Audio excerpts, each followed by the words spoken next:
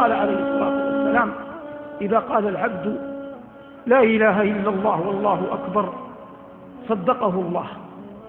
فقال رب العزة: صدق عبدي، لا إله إلا أنا وأنا أكبر. ويقول العبد: لا إله إلا الله وحده لا شريك له. يقول الله: صدق عبدي، لا إله إلا أنا ولا شريك معي. ويقول العبد: لا إله إلا الله وحده لا شريك له، له الملك وله الحمد. يقول الله: صدق عبدي، لا إله إلا أنا ولي الملك ولي الحمد. يقول العبد: لا إله إلا الله ولا حول ولا قوة إلا بالله. يقول الله تعالى: صدق عبدي، لا إله إلا أنا ولا حول ولا قوة إلا بي. قال عليه الصلاة والسلام: من قالها في مرضه ثم مات لم تطعمه النار. من قالها في مرضه ثم مات لم تطعمه النار. وفي حديث شداد بن أوس وعبادة بن الصامت أن النبي صلى الله عليه وسلم قال لهم يوما: ارفعوا أيديكم، فرفعوها، فقال: قولوا لا إله إلا الله. فرفعوا أيديهم وقالوا لا إله إلا الله. فقال صلى الله عليه وسلم: الحمد لله، اللهم بعثتني بهذه الكلمة ووعدتني عليها الجنة وإنك لا تخلف الميعاد.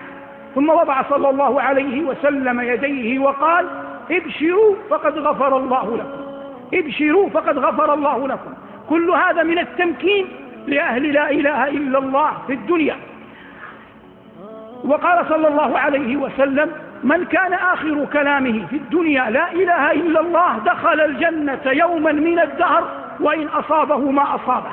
وقال عليه الصلاة والسلام كما في مسند البزار بسند حسن أنه صلى الله عليه وسلم قال: لا إله إلا الله كريمة على الله ذات مكان، كريمة على الله ذات مكان، من قالها صادقا أدخله الله بها الجنة، ومن قالها كاذبا حقنت دمه وأحرزت ماله وإن لقي الله غدا حاسبه.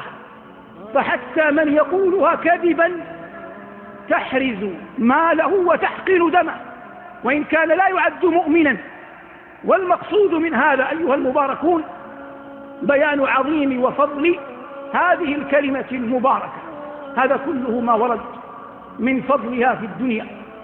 أما ما ورد من فضلها في الآخرة فإن النبي صلى الله عليه وسلم قال: إن الله سيخلص رجلا من أمتي على رؤوس الخلائق ينشر له 99 سجلا كل سجل مد البصر، فيقول الله جل وعلا له: يا عبدي أتنكر مما ترى شيئا أظلمك كتبتي الحافظون؟ يقول: لا يا رب. فيقول الله عز وجل: ألك عذر؟ فيقول: لا يا رب. فيقول الله عز وجل: أما وإن لك عندنا بطاقة؟ فيقول: أي رب، فيها أشهد أن لا إله إلا الله وأشهد أن محمدا عبده ورسوله.